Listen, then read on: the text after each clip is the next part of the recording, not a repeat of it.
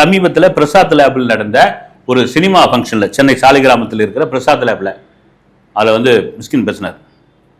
கிட்டத்தட்ட 80 நாள் நான் வந்து விஜய் அவர்களுடன் இருந்தேன். நான் ஒரு அற்புதமான மகா கலைஞன், அதில் எந்த விதமான மாற்று கருத்தும் கிடையாது. மிக அற்புதமான மகா கலைஞன். இன்னைக்கு சிஎம் வந்திருக்காருன்னா அதுக்கு மிக மிக தகுதியான ஒருத்தர், அதுக்கு 100% தகுதியானவர். அவர் அதுக்கு அப்பவே வந்து அதுக்கு ரெடி ஆயிட்டாரு. தன்னுடைய அரசியல் வாழ்க்கைக்கு அப்பவே அவர் வந்து ஒரு பிளான் போட்டாரு. எதை பண்ணாலும் அது வந்து ஒரு நுணுக்கமா பண்ணக்கூடியவர். அது பல பேர் இப்ப என்ன சொல்லுவாங்க, ஏன்பா இதை தேர்தலுக்கு முன்னாடி பேசியிருக்க வேண்டியதானே, தேர்தல் முடிஞ்ச பிறகு வெற்றி பெற்ற பிறகு சிஎம் ஆன பிறகு ஆளாளுக்கு இப்படி பேசுறீங்க, ஆளாளுக்கு போய் பொக்கே கொடுக்குறீங்க சினிமாக்காரங்க, ஆளாளுக்கு வந்து வெளியே வந்து பைட்ஸ் போட்டு புகழாரம் பேசுறீங்க, அப்ப யாராவது ஒருத்தர் குரல் கொடுத்தீங்களா அப்படின்னு அது மிஸ்கினே சொல்றாரு. நான்லாம் வந்து ஒரு கண்ணாடி மாதிரி ரிஃப்ளெக்ட் ஆயிடுவேன், கண்ணாடி மாதிரி. எனக்கு வந்து உதயநிதியும் வேண்டப்பட்டவர், விஜய் அவர்களும் வேண்டப்பட்டவர், அதுவும் வந்து உதயநிதி அவர்கள் குடும்பமும் வேண்டப்பட்டவர்கள், விஜய் அவர்கள் குடும்பமும் எனக்கு வேண்டப்பட்டவர்கள். நான் வந்து ஒரு கலைஞன், நான் வந்து எல்லாருக்கும் பொதுவானவன்.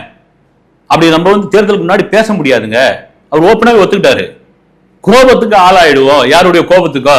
இதை பல பேர் ஒத்துக்கல, பல பேர் பயந்தாங்க. உண்மையிலே அது பயந்ததுக்கு இன்னொரு காரணம் என்ன, விஜய் ஆட்சி அமைக்க மாட்டார், விஜய் சிஎம் ஆக மாட்டார், மறுபடியும் திமுக தான் ஆட்சிக்கு வரும், அவங்களுடைய பொல்லாப்ப நாம ஏன் பகிச்சுக்கணும், அவங்க கோபத்துக்கு ஆளாயிட்டா நம்ம சினிமா இண்டஸ்ட்ரியில தொடர்ந்து படம் பண்ண முடியுமா, ரெட் ஜெயின்ட்ல நம்மள கூப்பிடாம போயிடுவாங்க, இதுக்கு எதுக்கு தேவையில்லாத வேலை. வழக்கமா சினிமாக்காரர்களுக்குள்ள ஒரு பயம் தான், அதை ஒன்றும் நம்ம தடுக்க முடியாது.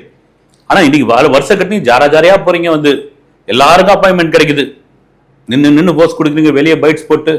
நான் இன்னைக்கு அவர் வந்து கஷ்டப்பட்ட காலத்துல நான் டீ வாங்கி கொடுத்தேன், அவர் வந்து சரியா நடிக்காதப்போ நான் தான் வந்து இந்த ஆக்ஷனை சொல்லி கொடுத்தேன். சரி சொல்லுங்க, பரவாயில்ல, அதனால என்ன இருக்குது. ஒரு அது அவர் சிஎம் விஜய்க்கு தெரியும் யார் யார் கரெக்டாக பேசுறாங்க, யாராவது சரி மிஸ்கின் விவகாரத்துக்கு வரும்.